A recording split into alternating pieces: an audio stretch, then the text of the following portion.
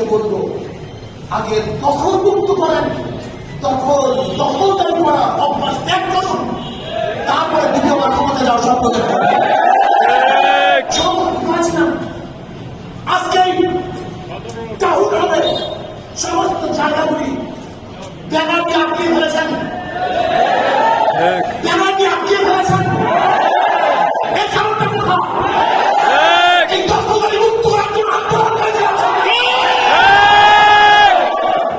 একা দখল করবেন তো 16 বছর কোথায় ছিলেন, কি করেছেন? কোথায় ছিল আপনাদের ফ্যাসিলিটি, কোথায় ছিল আপনাদের ব্যানার? আপনাদের কি পাওয়ার আছে আমরা জানি, আপনাদের কি শক্তি আছে আমরা সবাই জানি। খবরদার স্পষ্ট করতে চাই, সেটা আমি শেখ হাসিনার আন্দোলন করেছি, সংগ্রাম করেছি, রাস্তায় বলেছি, বুক পেতে দিয়েছি, মানুষ শহীদ হয়েছে, মানুষ বিচরণ হয়েছে, মানুষ আহত হয়েছে, নিহত হয়েছে, কিন্তু পিছপা হয় নাই। এমনকি পরিবার পরিজন জানতে পারত না আমার ভাই, আমার স্বামী, আমার সন্তান জীবিত না মৃত, এত খবর নেওয়ার সুযোগও ছিল না। এসে বলে সাল এবং জুলুম আর কিছুই হতে পারে না। এরপর আসুন, আজকে আন্তর্জাতিক বিবাদের অবস্থা থাকে, সেখানে গোলামি আর গোলামি মত জানলো, ভারতের কাছে সবসময় মাথার মতো করে চলত। আজকে বাংলাদেশের যে বন্যা সৃষ্টি হয়েছে, এটা ভারতের আসার পানির মাধ্যমে আমাদের বাংলাদেশে বন্যা সৃষ্টি হয়েছে। ফাঁকবাদের সমাধান আজ পর্যন্ত করতে পারেনি, তিস্তার সমাধান আজ পর্যন্ত করতে পারেনি। বাংলাদেশে বর্ষার সিজনে ভারত থেকে যে পানি আসে, সেই পানি আজ পর্যন্ত আমরা ভালো করতে পারিনি। আজকে আমি বর্তমান সরকারকে বলবো, আসুন আমরা বাংলাদেশের উপর থেকে বাঁধ নির্মাণ করি, যে বাঁধের মাধ্যমে আমরা পানিকে নিয়ন্ত্রণ করব। যখন প্রয়োজন হয় আমরা পানি ছেড়ে দেব, যখন প্রয়োজন হয় আমরা পানিকে বন্ধ করে রাখবো। তাহলে শাসনিক আমাদের 20 বছর এই পানিটা ডুবতে পারে না, আমরা সবাই সুন্দর মতো জীবন ধারণ করতে পারি। এরপর আসুন, বৈষম্যবিরোধী আন্দোলনে আমরা যারা শহীদ ছিলাম, আমরা যারা আন্দোলন করেছিলাম, আমাদের আশা কি ছিল মানুষ শান্তি পাবে, মুক্তি পাবে। কিন্তু 5 তারিখের পরে যারা লুট করেছে, দখলদারি করেছে, নির্যাতন করেছে, নিশ্চয়ই তারা এই সংগ্রামের কোন শরীর ব্যক্তি হতে পারেন না। অবশ্যই আমাদের নিজ আদর্শের বিরোধী এক চক্র, এদেরও চিহ্নিত করতে হবে, এদেরও চিহ্নিত করতে হবে। তারা প্রতিষ্ঠানগত করতেছে, এখানে একটা স্বাগতিক মাদ্রাসা জোরপূর্বক ভারপ্রাপ্ত প্রিন্সিপালকে তারা রিজাইন করে বাধ্য করতেছে। বিভিন্ন প্রতিষ্ঠান থেকে জোরপূর্বক প্রিন্সিপাল বা শিক্ষকদেরকে তারা রিজাইন দিতে বাধ্য করেছে। কারণটা কি? কেন পদত্যাগ করতে হবে? বিচার আছে, যদি অন্যায় করে আমরা তার বিরুদ্ধে অভিযোগ দিতে পারি, অভিযোগ তদন্ত হবে, তদন্ত ভিত্তিতে সেটাকে বহিষ্কার করা হবে।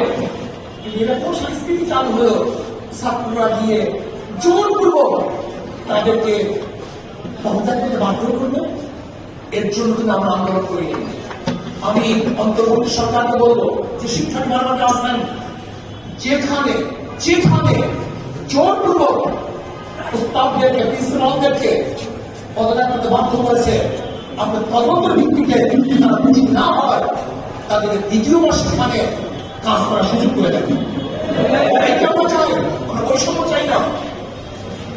আমরা আওয়ামী লীগের বিরুদ্ধে মিথ্যা মামলার অভিযোগ তুলি, আওয়ামী লীগ মিথ্যা মামলা দায়ের করেছে, কিন্তু আজকে বরিশাল, এই বরিশাল থানায় দিয়ে রাখেন আমাদের আব্দুল হালিম মাস্টার, আমাদের চট্টগ্রাম ইউনিয়নের সভাপতি, তার বিরুদ্ধে আমার নতুন ভাবে মিথ্যা মামলা হয়েছে।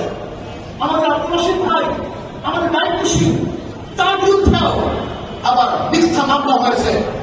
আমি অন্তর্বর্তী সরকার বলবো, আপনারা জানেন জীবন দিয়ে, রক্ত দিয়ে এবং জীবনের মায়া ত্যাগ করে হাজার মানুষ 5ই আগস্টে যুদ্ধে অংশগ্রহণ করেছে। সেখানে ভিক্ষা মামলার জন্য নয়, চাঁদাবাজি করার জন্য নয়, দখলদারি করার জন্য নয়, মানুষের মুক্তি দেওয়ার জন্য, মানুষের আদালত করার জন্য। যদি আমার ভিক্ষা মামলা হয়, আমি প্রত্যেকটা থানা ঘেরাও করবো এবং ভিক্ষা মামলা তুলে দিতে বাধ্য করবেন সরকার। আমাদের বর্তমান অন্তর্বর্তীকালীন সরকার তিনি বলেছেন যে আমি ছাত্র কর্তৃক নিয়োজিত। আমি তাকে বলবো এখানে যদি একটু কথা বলতেন তাহলে বৈষম্য বিরোধী আন্দোলনের মূল লক্ষ্য এবং উদ্দেশ্য প্রতিপালিত হতো। সেখানে আন্দোলনকারী লোকেরা আমাকে বসে গেছে, আন্দোলনকারী লোকেরা বসে গেছে। মনে রাখতে হবে আন্দোলন 5ই আগস্ট আন্দোলন, বিপ্লব এবং সংগ্রাম এবং স্বাধীনতা কোন এক ব্যক্তি, কোন এক দল এবং কোন এক গোষ্ঠীর নয়। মনে রাখতে হবে এটা বাংলাদেশকে যারা মুক্ত করতে চায়, জাতিকে যারা স্বাধীনতা ঘোষণা করতে চায়, যারা মানুষের অধিকারকে ফিরিয়ে দিতে চায়, এই আন্দোলন সবার আন্দোলন, এই আন্দোলন সবার আন্দোলন। এর জন্য আমি বর্তমান অন্তর্বর্তীকালীন সরকারকে বলবো সংস্কার করুন।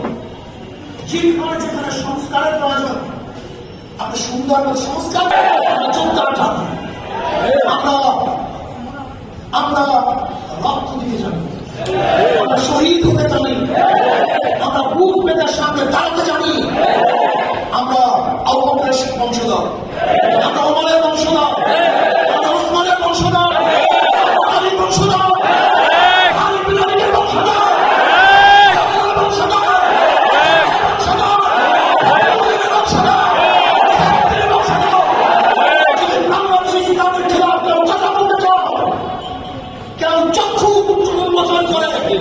ইসলামের বিরুদ্ধে আঙ্গুল করে ওই আঙ্গুল ভেঙে দেবেন ইনশাআল্লাহ।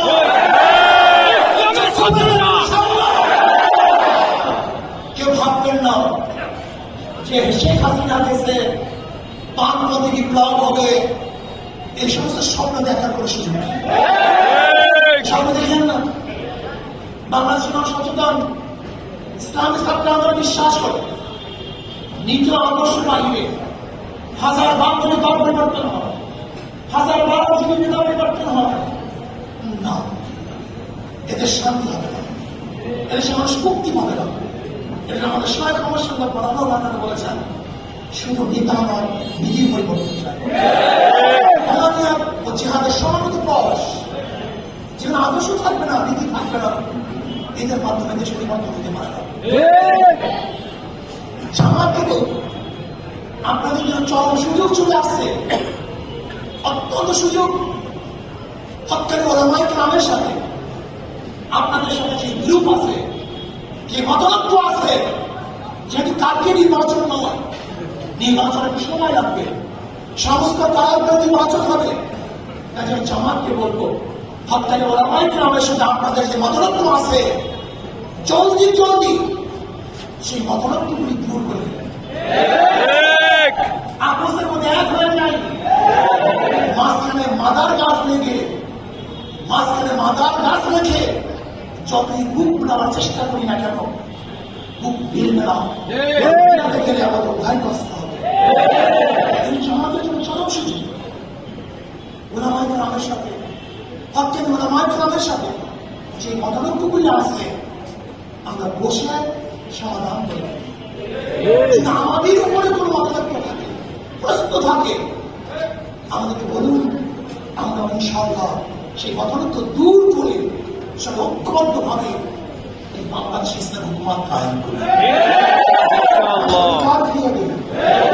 এই বাংলাদেশ সবাই বাংলাদেশ, এই বাংলাদেশ মুসলমান, হিন্দু, খ্রিস্টান, বৌদ্ধ, ইয়াহুদি সবাই বাংলাদেশের নাগরিক, তাদের জন্য সমান অধিকার বাস্তবায়ন করতে চায়। এখানে থাকবে লিবিয়া কর্মীদের সমান অধিকার, এখানে থাকবে রিকশাওয়ালাদের সমান অধিকার, এখানে থাকবে জেলে তাঁতি মজদুর কুলি ঋষি কামার, যে যেখানে যেই ভাবে জীবিকা নির্বাহ করে তার সমান অধিকার বাস্তবায়ন করতে চায়। বাংলাদেশকে নির্মাণ করার জন্য নীতি ও আদর্শ পরিবর্তন ব্যতীত কোনদিন বাংলাদেশ বিনির্মিত হবে না, হতে পারে সম্মিলিত হবে আদর্শ নীতি চরিত্র পরিবর্তন করে বাংলাদেশ করার চেষ্টা করি, বাংলাদেশকে নির্মাণ করার চেষ্টা করি। সতর্ক থাকুন, সতর্ক থাকুন। পুঁটি বিপ্লব ঘটাবার জন্য হাজার চেষ্টা চলবে, চলতেছে, চলবে। সতর্ক থাকুন। যখনই আমার ডাক দেওয়া হবে তখন যার যা কিছু আছে তার কি আবার ঝাঁপিয়ে পড়তে হবে। আর অন্তর্বর্তী সরকার যদি বৈষম্যতা করে, একতরফা কাজ করে, একদিকে ঝুঁকে যায়, অন্য কাউকে বিয়োগ করার মেজাজ বা মেধা তাদের মধ্যে প্রস্ফুটিত হয়, তাহলে কিন্তু এটা বাংলাদেশের জন্য ফসল সংকেত, এটা ভালো হবে না। আপনার মনে রাখতে হবে তারা আন্দোলন করেছে, তারা সংগ্রাম করেছে, সবাইকে নিয়ে কাজ করতে হবে। কোন একদিকে ঝুঁকলেন না, সেটা আপনি ঝুঁকেন, এটা আপনার সংস্কারের জন্য বাধা হবে, ঠিক হবে না, বাধা হবে। আর আহলে হক যত ওলামায়ে কেরাম আছেন, যত সংগঠন আছেন, আমি অনুরোধ করবো আসুন আমরা সবাই এক হয়ে যাই, সবাই এক হয়ে যাই, একসাথে কাজ করি, একসাথে রাস্তায় চলি, একসাথে আমরা উঠা বসা করি, আমরা এক হয়ে যাই। আমি বাংলাদেশ ইসলামী বাংলাদেশ, আমি বাংলাদেশ ইসলামী হুকুমতের বাংলাদেশ, আমি বাংলাদেশ জুলুম এবং নির্যাতন মুক্ত বাংলাদেশ, আমি বাংলাদেশ ঘুষ মুক্ত বাংলাদেশ, আমি বাংলাদেশ চাঁদা মুক্ত বাংলাদেশ, আমি বাংলাদেশ দুর্নীতি মুক্ত বাংলাদেশ, আমি বাংলাদেশ হবে সমস্ত মানুষের বাংলাদেশ। কাজে আসুন ঘুষ, চাঁদা, দুর্নীতি মুক্ত বাংলাদেশকে করার জন্য আজকে থেকে ইসলাম আন্দোলন সমর্থন করতে হবে, তাহলে পরে ঝাঁপিয়ে পড়তে হবে। প্রত্যেকটা ছাত্র হিসেবে ছাত্র আন্দোলন আনতে হবে, ছাত্র আন্দোলনে ছায়া করে যখন সমস্ত ছাত্র চলে আসবে, সেই দিনই আমার পূর্ব আকাশ থেকে নতুন সূর্য উদিত হবে, সেই দিনই বাংলাদেশের মানুষ মুক্তি পাবে, শান্তি পাবে, আজাদি পাবে। আসুন আমরা বাংলাদেশ করার জন্য, ইসলাম হুকুমান কায়েম করার জন্য, সমস্ত মানুষের অধিকারকে ফিরিয়ে দেওয়ার জন্য আমরা চেষ্টা করবো, দাওয়াত দেব, সংগ্রাম করবো। আল্লাহ আমাকে এবং আমাদের সবাইকে সমৃদ্ধভাবে কাজ করার তৌফিক দান। আমিন।